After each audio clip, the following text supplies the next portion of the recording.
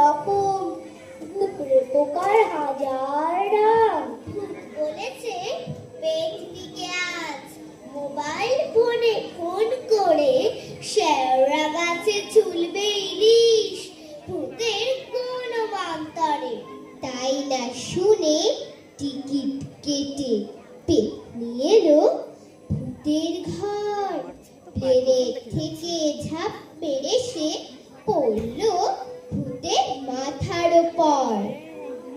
গতকাল চাঁদনি রাতে বাগানে শিমুল গাছে দুই ভূত হাতছানিতে ডাকছে, আমি ঠিক তক্ষুনি তাই করে দিই হুকুম জারি, যাবা না তোমরা এসো, গাছে কি উঠতে পারি? তখনই ভূত দুটো না সাহ বলল হেসে, সাহস দেখো, আমাদের সামনে এসে দাঁড়ানো, ভয় ডর নেই।